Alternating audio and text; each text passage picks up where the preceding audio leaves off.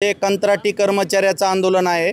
गेल्या 20 वर्षापासून कंत्राटी कर्मचारी तुटपुंजा पगारावर म्हणजे जवळपास 20% बी पगार नाही परमनंट पगारीच्या तुलनेमध्ये, आणि काम तर आम्ही तेच करत आहेत। वाहन चालक वाहन चालवितात, जीएनएम डिलिव्हऱ्या करतात, एएनएम लसीकरण करतात, फार्मासिस्ट गोळ्या वाटतात, लॅब टेक्निशियन लॅब तपासतात, टीबीचे कर्मचारी जीव धोक्यात घालून टीबी सारखा आजार भारतातून कमी करण्यासाठी आतोनात प्रयत्न करीत आहेत। कित्येक जण तर एज बारच्या उंबरट्यावर आहेत। आज जर उद्या जरी कायमची ऑर्डर निघाली तर आमच्या काही बांधवांना त्याचा लाभ सुद्धा भेटणार नाही।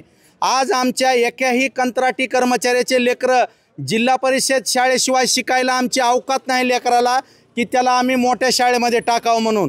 का अहो सणावाराला बायकोला साडी घ्यायलाचे वांदे आहेत। हो काय सांगू तुम्हाला, उगतं कसं झालंय, काम झालंय तहसीलदारचं आणि पगार झाली कोतवालाची, आणि कोतवालाला तरी इज्जत आहे, आम्हाला तर ती बी इज्जत नाही। तुम्हाला सांगतो कोविड सारख्या काळामध्ये जीव धोक्यात घालून आमचे छोटे छोटे लेकरं घरी असून सॅनिटायझरनं हातपाय धुवून त्या लेकरांचा सांभाळ कसा बसा केलेला आहे। तिथं एवढा आश्वासनांचा पाऊस पडला, आम्हाला वाटलं आरोग्यामध्ये ड्युटी करणं खरंच पुण्याचं काम असतं काय की, पुन्हा कळालं पुण्यापेक्षा पापाचे भागीदारी आम्ही जास्त दिसायला।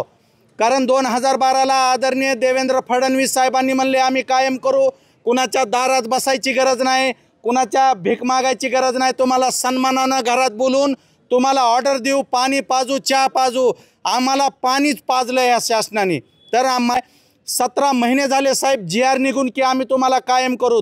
अरे कायमचं सोडा, पण समान काम समान वेतन तरी द्या।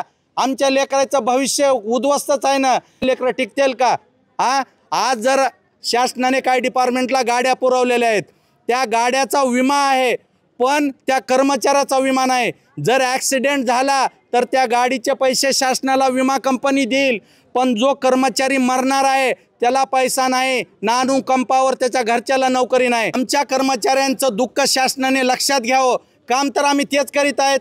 तुम्हाला सांगतो आरोग्यामध्ये सॉफ्टवेअर इंजिनियरला सुद्धा एवढे कामं नसतील तेवढे ऑनलाईनचे काम आहेत, आणि फिजिकली वर्क करून ऑनलाईन वर्क करायचं आहे। आता सांगा आज आमच्या आरोग्य विभागात लातूर जिल्ह्यापुरतं बोलतो मी, तर जवळपास 60 ते 70% लोकांना BP शुगर आहे, 50%च्या वर लोक 40-45 वर्षाच्या वरचे आहेत।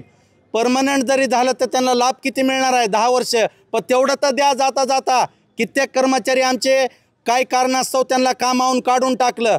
हेच जर कर्मचारी परमनंट असते तर त्यांना कोणी हात लावला नसता।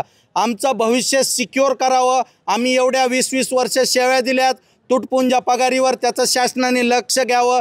गांभीर्याने ही बाब लक्षात घेता आमच्या मागण्या तुम्ही पूर्ण कराव्या ही या शासनाला हात जोडून नम्रतेची विनंती आहे। शासन आम्हाला आमच्या लेकराबाळांना न्याय द्या एवढीच तुमच्याकडून अपेक्षा आहे, आणि जीव गेला हरकत नाही, आम्ही काम बंद आंदोलन मागं घेणार नाही। किती दिवस GR निघून 17 महिने झालं, अजून आम्ही इथंच खितपत पडलेले आहेत।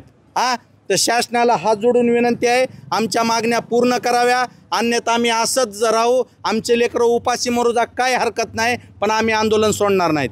धन्यवाद सर। किती वर्षापासून तुमचं मागणी आहे? सर गेले 21 वर्ष झालं आम्ही कंत्राटी पदावर कामाला आहेत। 4 आणि 5 हजारावर जॉईन झालेले लोक आता कुठं 20 हजारावर आहेत। मला सांगा 20 हजारामध्ये काय येतंय? ह्या स्वतंत्र भारतामध्ये गुलामीची फळी म्हणजे कंत्राटी कर्मचारी आहे बस।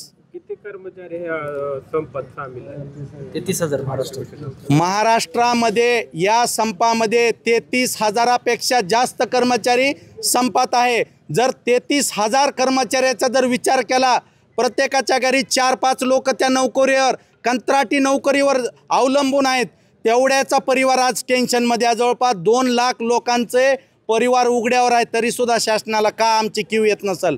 आम्ही काय काम करीत नाहीत का?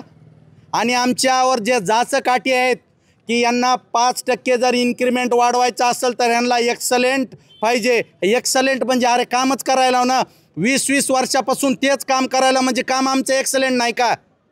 तुम्हाला वाटलं म्हणून तुम्ही काय करताल? अरे तुम्हाला 2 लाख 2.5 लाख 3 लाख पगार आहे, तेवढी तर आमच्या वर्षाची बी पगार नाही, त्याच्यात खायचं काय आणि वाचवायचं काय?